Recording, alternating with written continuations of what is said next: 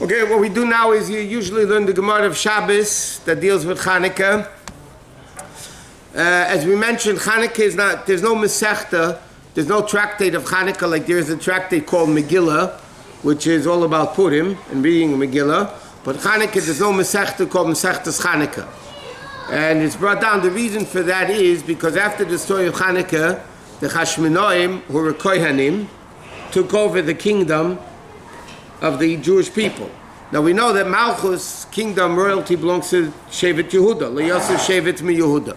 The Kohanim sinned, by the way, the Maccabees, and they took over being the kings also. So because of that, Rabbi Yehuda Anasi, this is what it says in Sfarim, Rabbi Yehuda Anasi, who was a descendant of Beis David, he came from the royal family of David HaMelech.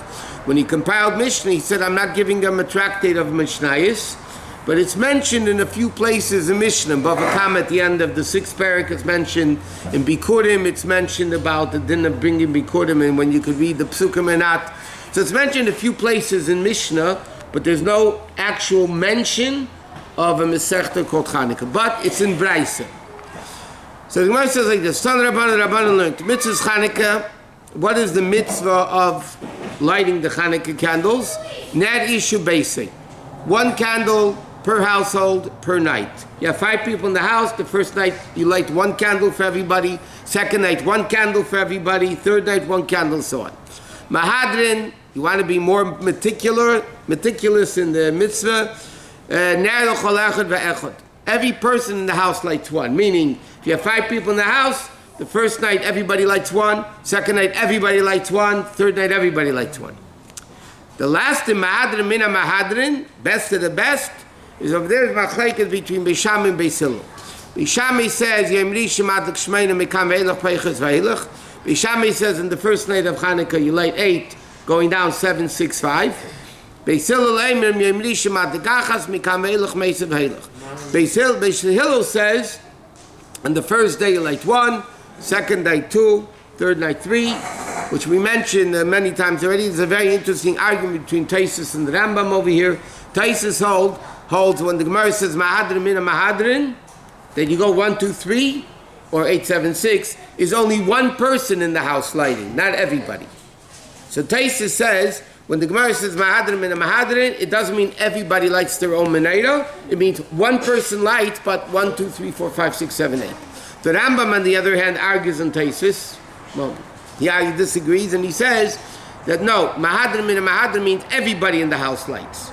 Just like Mahadrin is everybody lights 1 candle, Mahadrin Mina Mahadrin means everybody lights 1, 2, 3, 4, 5, 6 of the men. What's interesting, the Chidah brings down, as we know, the Sfardim light 1 menorah per household, like Taisus says. And the Ashkenazic Jews do like the Rambam says, that everybody lights their own menorah. What's interesting is one of the few places in Halacha where the Sfardim follow Taisus and the Ashkenazim follow the Rambam. Anyway, okay, sis.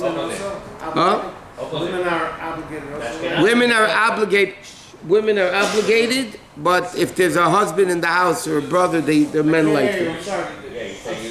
What did you say? You say that usually the Sephardim going by the Tosfot and the No. by the Rambam. That's what I said? I'm sorry. Huh? Whatever. The Sfardim follow the Rambam and Ashkenazim follow Taisus. Here it's the reverse. Okay. Women will get to it soon. It is opposite, yeah. So, but it just Usually, Sfardim passing like Rambam, Ashkenazim like Taisus. Here it's the reverse. Okay. So the Gemara says like this: Amar Ula Pliga Batrei Amiroi b'Marava. In Eretz Yisrael, there was an argument between 2 Amiroim. What is the reason of Beis Shammai and Beis Hillel? Beis Hillel says you go up, Beis Shammai says you go down. So who were the 2 Rabbi Bar Avin of Yosef Bar Zvida? Chadam, one of them says the reason of Beis Shammai is Keneged Yomim HaNechnasim. Beis Shammai holds you light 8, 7, 6 because Beis Shammai says you light the first night there's 8 days left, 7 days left, 6 days left, 5 days left. Time in the Beis Hillel, Keneged Yomim HaYotzim. How many days? Beis Hillel says you look at reality, not potential. Reality is today's 1 night, 2 nights, 3 nights, 4 nights. Beis Shammai says you look at potential. How many lights left? 8, 7, 6. But, the other one says, time of the Beishami Keneged Pari Achag. Beishami says you go decreasing order like because by the bulls that we just learned this in the morning, the bulls that they brought on Sukkot went descending order 13, 12, 11, 10, and so on. And by time of the Beisilo, Malam Akedi V'le Meridin. You go up in Kedusha, you don't go down. There's a very interesting thing, just in these few lines, there's a lot that you could talk for days and hours and days about this. But number one, the Rebbe has an opinion about the Beisham and Beisilul, and the Rebbe, it's interesting, there's a Sikh from the Rebbe, that the Rebbe, said it to the Sikh from the Rebbe brought from each order of Mishnayos, from Zoy, Mayed, Nashim, that, Nazikin, the Rebbe brought a case, the Rebbe says it's all over the place, but the Rebbe gave an example of one place in each Seder, of an argument Beisham and Beisilul, that you see Beishami goes by potential, Koyach, and Beisilo goes by Poyo. And one of them you have over here by Chanukah. Beishami says there's 8 days left, potential of 8 days, 7 days, so on. And Beisilo says no, now it's 1 day, then you're 2 days and 3 days. Now, there's two reasons why Beishami and Beisilo are arguing, what the Gemara just said. One reason is how many days going in, how many days coming out, right? And then the second reason it says, Beis Shammai goes by the Pari Achag, by the descendant order of the bulls of Sukkot, and Beis Hillel says, Ma'alim b'Kodesh v'lo Meridin. You go up and you don't go down. What's the difference if the reason of Beis Hillel is how many days are existing, or is the reason because you don't go up in Kedusha, you don't go down? But these are two reasons of Beis Hillel. What would be the halachic difference today? If the reason of Beis Hillel is because you go up in Kedusha, you don't go down, or Beis Hillel says, how many days of Chanukah you really have, what would be the difference? It's a practical difference in halacha today. What happens on the third night of Chanukah? Somebody has one candle. So the first night they lit one, second night they lit two. Right? Now the third night, they have two candles. So they have two candles. So on the third night, they have two candles. What should they do? Should they light the two, or should they only light one?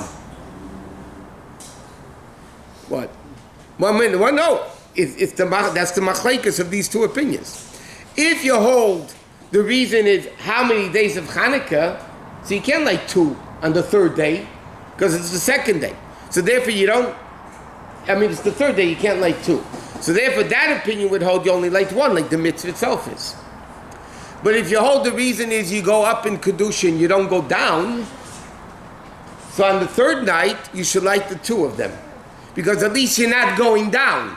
Yesterday you lit two. So if you light two tonight, okay, I'm not going up, at least I'm not going down. But if I light one, then I'm going down from the two. So that would be the halachic difference between Beis Shammai and Beis Hillel, between the reasons of Beis Shammai and Beis Hillel of how would you do it. Technically one is enough. What? What we do with what? If you have The halacha is because the Ma'alim Akeri V'le Meridin. That's the halachic reason of Beis Hillel, and therefore you would light the two. Technically, but then the next day you have nothing. The next day you're going to go by. So you can't take candles in half. Next day you're gonna go back. Okay, this is all good. You cut the candles in half. Another potential question, but what if you have 3 candles on the third night? Do you light those 3 and you forget about Shamash?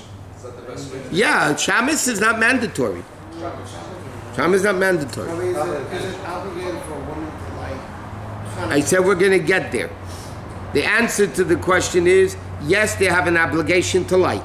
But if there's a man in the house, the women don't light.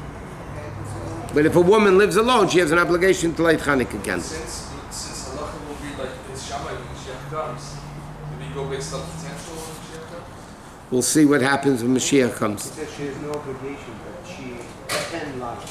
She has to light. Meaning if there's a man. Oh, you mean if there's a man in the house? There are different opinions in halacha. Our opinion is, not our opinion, the Rebbe's opinion and a lot of other poskim hold that they should not light. No. There's a lot of reasons why women don't light. One reason is if there's let's say a husband in the, so one reason is because Ishtay Kugufi Damir, the woman is like the husband. But there's another reason brought down in Poskim, because a lot of women, believe it or not, were extremely ignorant. They were extremely ignorant. And they didn't know how to make the bracha on Chanukah. It's not like Shabbos every week you make the same bracha. Chanukah, they didn't know the bracha. So therefore, it would be insulting to some women who knew the bracha that they light, and other women who don't know the bracha don't light, so it would be insulting to them. So the minute became, this is what Paskim writes, so the minute became that they don't light. If there's a man. Some women know more than the men. That's nowadays. So one word difference between Shabbos and Chanukah. I know. Not like Ner Shel Shabbos Kedesh, or Ner Shel Chanukah. No, not Shel Chanukah. Okay, got it. And that also probably is a woman's wife or a daughter. Yeah, same thing.